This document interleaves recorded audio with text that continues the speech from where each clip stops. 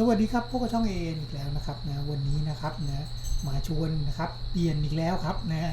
วันนี้เป็นเปลี่ยนหม้อน้ำนะครับหม้อน้ำของ CRV นะตัวนี้เนี่ยหม้อน้ำเนี่ยนะครับจะประกอบด้วย2ชุดด้วยกันนะครับคือชุดระบายความร้อนหม้อน้ำนะครับและชุดออยล์เกียร์นะออยล์เกียร์สำหรับเกียร์ออโต้นะครับนะเวลาถอดนะครับเราจะต้องถอดออกทั้ง2ชุดนะอย่าลืมนะครับเวลาร้อนเนี่ยทำลำบากมากนะครับนะจะต้องทิ้งไว้ให้เย็นสักพักหนึ่งนะครับให้พอแตะได้นะครับถ้าทำตอนร้อนเลยอันตรายนะครับนะเพราะฉะนั้นเราต้องรอให้มันเย็นนิดนึงนะครับถึงจะทำได้ประเด็นสำคัญนะครับนะก็คือว่าหมั่นดูเข็มความร้อนนี่นะครับนะที่ผมรู้เนี่ยเพราะว่าดูเข็มความร้อนครับมันขยับขึ้นแปลกๆนะครับจากตำแหน่งปกติมันอยู่แค่นี้นะครับนะพอมันขยับขึ้นมานิดนึงชักสงสัยแล้วนะว่าเกิดอะไรขึ้นนะครับพอจอดรถปั๊บเปิดฝากระโปรงขึ้นปุ๊บกลับมาดูอีกทีขึ้นฮีทเลยขึ้นเฮดเลยนะขึ้นปู๊ดเลยนะครับแสดงว่าใช่แล้วนะก็เลยรีบดับเครื่องนะครับนะตรวจสอบสาเหตุก็เจอหม้อน้ำรั่วนะครับนะเป็นแผลกว้างพอสมควรนะก็จากการเปลี่ยนเลยครับนะก็อาศัยเพื่อนนะครับนะให้ไปซื้อหม้อน้ำมาให้นะครับแล้วก็เปลี่ยนเลย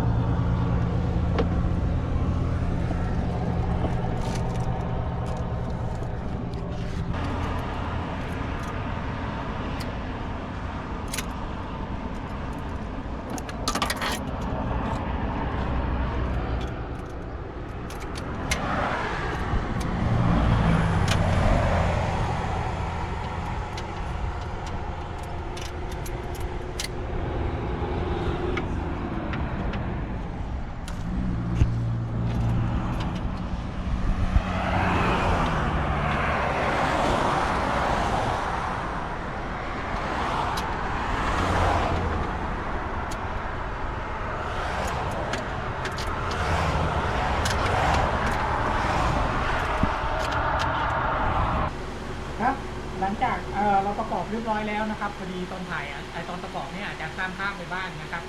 เนื่องจากว่ามันอยู่กลางถนนริมถนนนะครับรีบทำนะบางทีก็ไม่ได้ถ่ายนะครับถ้าติดปัญหาตรงไหนรุ่นนี้สอบถามผมมาได้เลยนะครับก็มาถึงก็ต้องไล่ระบบน้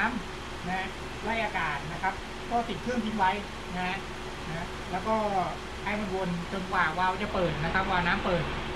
ก็คือให้มันไล่อากาศอย่างเงี้ย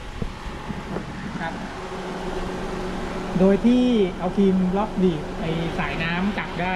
ไอสายน้ำมาที่ถังพักเนี่ยครับบีบไว้ไม่งั้นมันจะไหลกลับมาที่ถังพักแล้วน้ำจะแห้งลงเรื่อยๆครับก็คอยเติมเรื่อยครับนะต้องรอให้วาล์วมันเปิด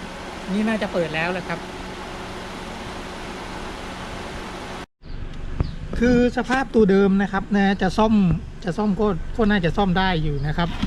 แต่ว่ามันชักเริ่มไม่ค่อยดีแล้วครับตรงนี้ก็ผุแล้วออยเกียร์เนี่ยนะครับผุหมดแล้วครับตรงออยเกียร์ออยอะไรพวกนี้นะครับฝานี่ก็กรอบมาแล้วครับนี่แตกมาแล้วนี่ครับรอยแตกเห็นเลยครับรอยรั่วเนี่ยครับเรียบร้อยครับเป็นนั้นว่าเปลี่ยนเสร็จไปเรียบร้อยแล้วนะครับคือประเด็นสำคัญนะครับถ้ามันฮีทนะครับอย่าให้มันฮีทจนน็อกต้องดูเลยนะครับถ้ามันฮีทเฉยๆเนี่ยดับเครื่องแล้วอย่าเพิ่งเติมน้ำนะครับดับเครื่องแล้วทิ้งให้เย็นเลยนะครับเย็นขนาดไหนล่ะเย็นจนมือจับไอฝาเครื่องได้นะครับมือจับฝาครอบเครื่องนะครับแล้วไม่ร้อนนั่นถึงจะเริ่มเติมน้ำได้นะครับสำคัญตรงนั้นแหละครับนี่นะครับรอยแตกนะครับไม่ได้แตกตะเข็บนะครับแตกรอยต่อนี่เลยรอยต่อของตัวหม้อน้ำพลาสติกนะครับแตกรูกว้างพอสมควรกว้างสัก3 นิ้วได้มั้งครับก็ เรียบร้อยเลยครับรั่วนะ